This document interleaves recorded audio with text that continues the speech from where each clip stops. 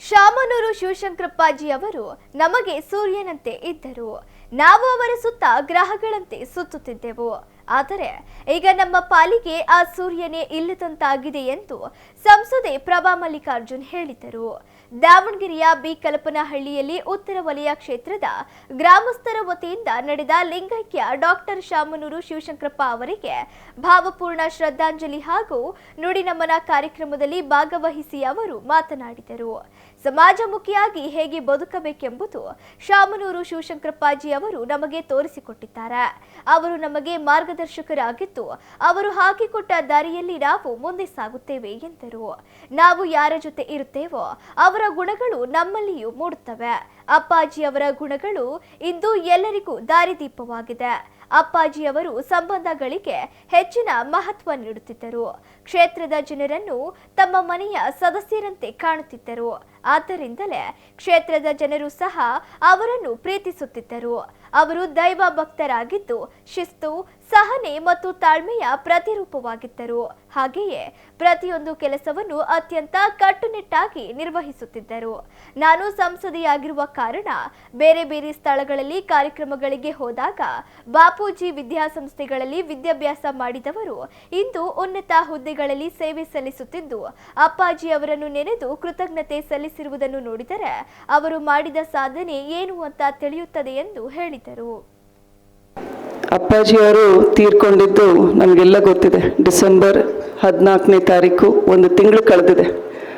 ಪ್ರತಿ ದಿನವೂ ಕೂಡ ನುಡಿ ನಮನ ಕಾರ್ಯಕ್ರಮವನ್ನು ಆಯೋಜಿಸ್ತಾ ಬಂದಿದ್ದಾರೆ.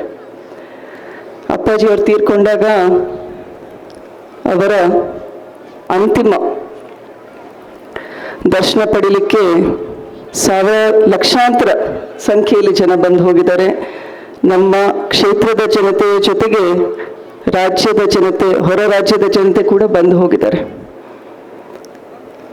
95 ವರ್ಷದ ಸುದೀರ್ಘ ಜೀವನ, ಹಲವಾರು ಕ್ಷೇತ್ರಗಳಲ್ಲಿ ಉನ್ನತ ಸಾಧನೆಯನ್ನ ಮಾಡಿದ್ದಾರೆ.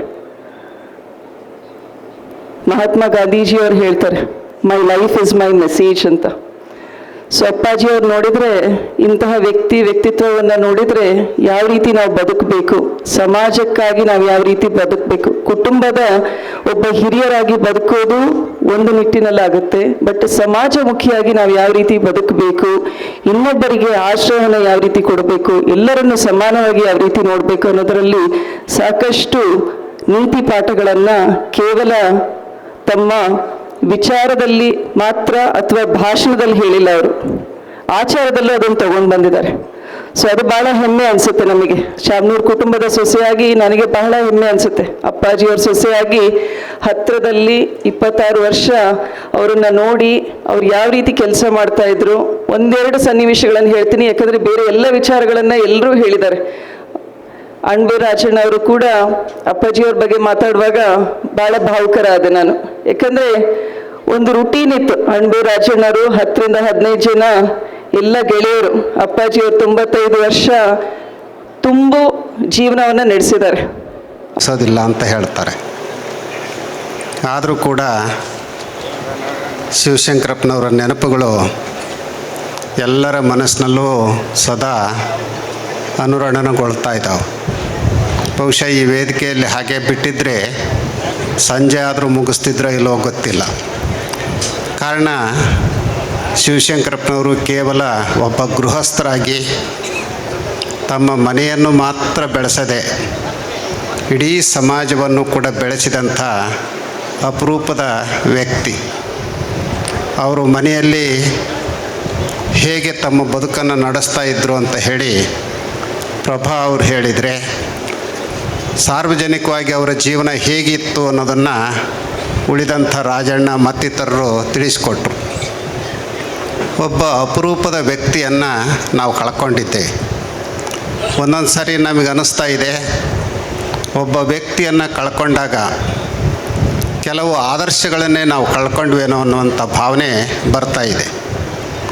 ನಾವು ಅನೇಕ ಸಂದರ್ಭಗಳಲ್ಲಿ ನೆನೆಸ್ಕೊಳ್ತೇವೆ, ಒಬ್ಬ ಶಿವಶಂಕರಪ್ಪರು ಹೋದಾಗ ಅಂಥ 10 ಜನ ಶಿವಶಂಕರಪ್ಪನವರು ಹುಟ್ಟುಕೊಳ್ಬೇಕು. ಆಗಲೇ ಅವರ ನೆನಪುಗಳಿನ ಕಾರ್ಯಕ್ರಮ ಅರ್ಥಪೂರ್ಣ ಆಗಲಿಕ್ಕೆ ಸಾಧ್ಯ. ಹಾಗಾಗಿ ನಾವು ಪದೇ ಪದೇ ಹೇಳ್ತಾ ಇರ್ತೇವೆ, ಶಿವಶಂಕರಪ್ಪನವರು ಕೇವಲ ಸ್ವರ್ಗಕ್ಕೆ ಹೋದರು ಅಂತ ಹೇಳೋದ್ರಲ್ಲಿ ಅರ್ಥ ಇಲ್ಲ. ಸ್ವರ್ಗ ಅನ್ನೋದನ್ನು ಶರಣ ಪರಂಪರೆ ನಂಬೋದಿಲ್ಲ. ಸ್ವರ್ಗ ನರಕ ಇವೆಲ್ಲವೂ ಇರೋವಂಥದ್ದು ನಮ್ಮ ಬದುಕಿನ ವಿಧಾನದಲ್ಲಿ. ನಾವು ಅನೇಕ ಸಂದರ್ಭದಲ್ಲಿ ಬಸವಣ್ಣವರ ವಚನವನ್ನು ಹೇಳ್ತಾ ಇರ್ತೀವಿ, ಆಚಾರವೇ ಸ್ವರ್ಗ, ಅನಾಚಾರವೇ ನರಕ. ಅಯ್ಯ ಎಂದಡೆ ಸ್ವರ್ಗ, ಎಲವೋ ಎಂದಡೆ ನರಕ. ಹಾಗೆ ಶಿವಶಂಕರಪ್ಪನವರು ಇಲ್ಲೇ ಸ್ವರ್ಗವನ್ನು ಕಂಡಿದ್ದಾರೆ. ಮತ್ತೆ ಅವರನ್ನು ಸ್ವರ್ಗಕ್ಕೆ ಕಳಿಸೋವಂಥ ಶೇಖರಣ್ಣ ಈಗ ಹೇಳಿದ್ರಲ್ಲ, ಅದರ ಅಗತ್ಯ ಇಲ್ಲ. ಅವರು ಇದ್ದಾಗಲೇ ಆ ಸ್ವರ್ಗವನ್ನು ನೋಡಿದ್ದಾರೆ, ನರಕವನ್ನು ನೋಡಿದ್ದಾರೆ. ನರಕವನ್ನು ಸ್ವರ್ಗವನ್ನು ಮಾಡೋದು ಹೇಗೆ ಅನ್ನೋದನ್ನು ತೋರಿಸಿಕೊಟ್ಟಿದ್ದಾರೆ.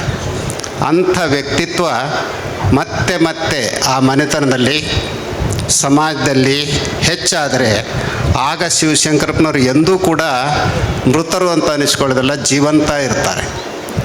ರಾಜಣ್ಣವರು ಆರಂಭದಲ್ಲೇ ಒಂದು ಮಾತನ್ನು ಹೇಳಿದರು, ಕೆಲವರು ವ್ಯಕ್ತಿಗಳು ಬದುಕಿದಾಗಲೇ ಸತ್ತು ಹೋಗಿರ್ತಾರೆ, ಇನ್ನು ಕೆಲವು ವ್ಯಕ್ತಿಗಳು ಸತ್ತ ಮೇಲೂ ಬದುಕಿರ್ತಾರೆ ಅಂತ. ಬದುಕಿದಾಗಲೇ ಸತ್ತವ್ರು ಯಾರು ಅಂತಂದರೆ, ಯಾರಿಗೂ ಉಪಕಾರ ಮಾಡದೆ ಇನ್ನೊಬ್ಬರಿಗೆ ಕೇಡನ್ನು ಬಯಸ್ತಾ, ಇನ್ನೊಬ್ಬರ ಕಾಲು ಹಿಡಿದು ಎಳಿತಾ ನೋವನ್ನು ಕೊಡುವಂಥ ವ್ಯಕ್ತಿಗಳಿದಾರಲ್ಲ, ಅವರು ಬದುಕಿದ್ರೂ ಕೂಡ ಸತ್ತ ಹಾಗೆ.